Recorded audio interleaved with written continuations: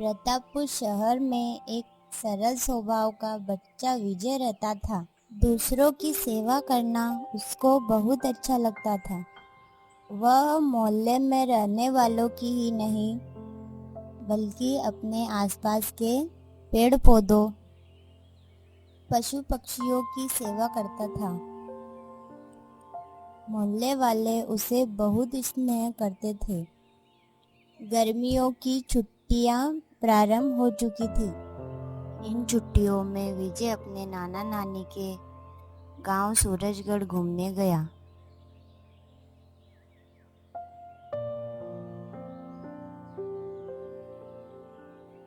वहां पर वह नाना जी के साथ प्रतिदिन प्रातःकाल घूमने जाता था।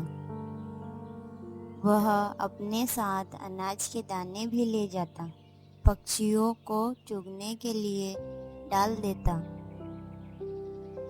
इतना ही नहीं, कभी वह किसी बूढ़ी दादी को रास्ता भी पार करा देता।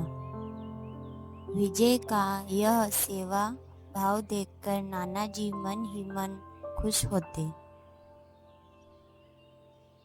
लेकिन उसे चिढ़ाने के लिए कहते, बेटा, तू यहाँ मेरे साथ घूमने आता है या इन सभी की सेवा करने?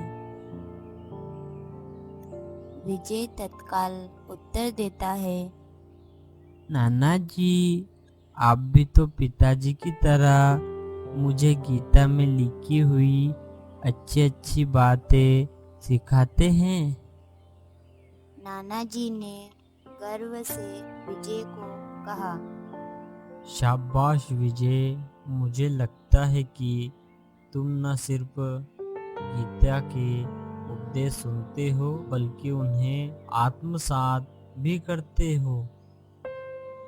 एक दिन की बात है, प्रतिदिन की तरह विजय अपने नाना जी के साथ घूमने जा रहा था।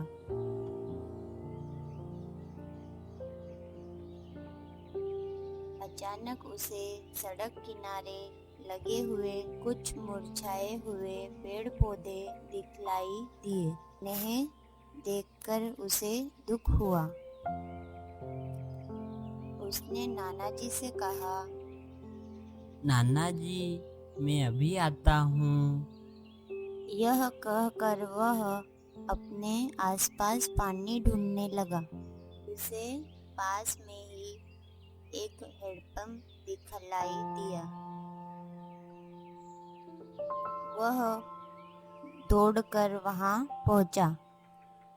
हैंडपंप पर पानी भरने वाले सज्जन से बड़ी निम्रता के साथ बोला, दादाजी, क्या आप मुझे एक बाल्टी पानी दे सकते हैं?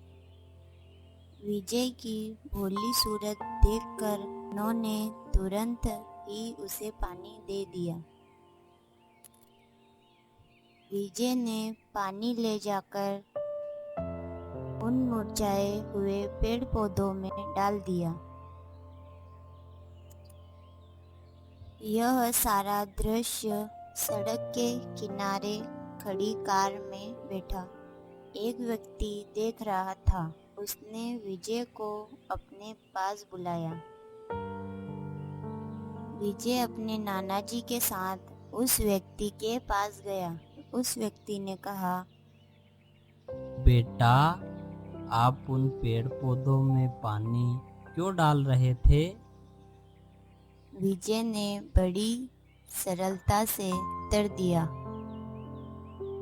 मैंने इन पेड़ पौधों को मुरझाते हुए देखा, इसलिए मैंने इनमें पानी डाला।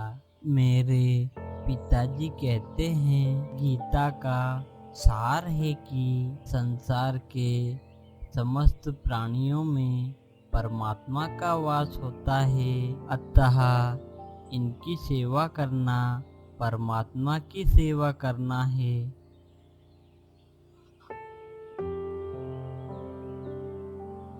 शाबाश बेटे। न कहकर उस व्यक्ति ने अपने जेब से कुछ पैसे निकाले और विजय की ओर बढ़ा दिए। विजय ने आश्चर्य भाव के साथ उनकी ओर देखा तो वह हंसते हुए बोले, बेटा, यह तो तुम्हारे अच्छे काम का पुरस्कार है।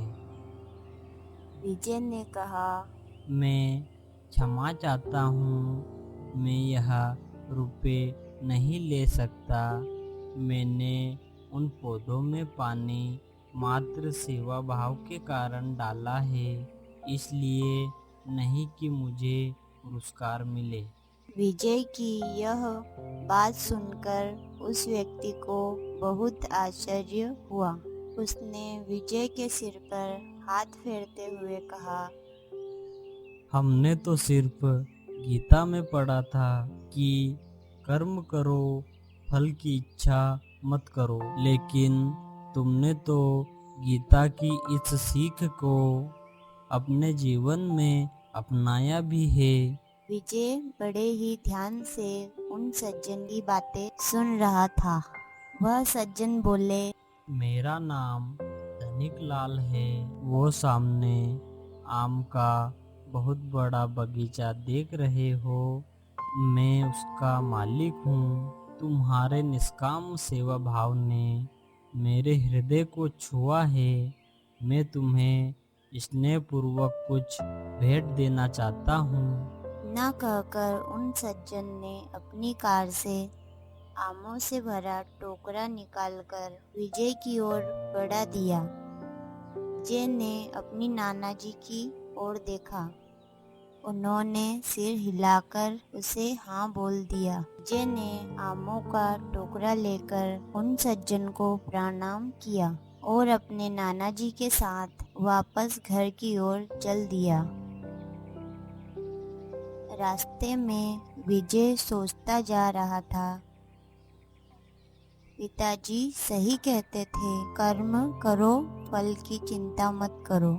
आज उनकी सीख का परिणाम है कि मैंने तो बिना इच्छा के ही सेवा की थी कि उसका फल मुझे इतना अच्छा मिला।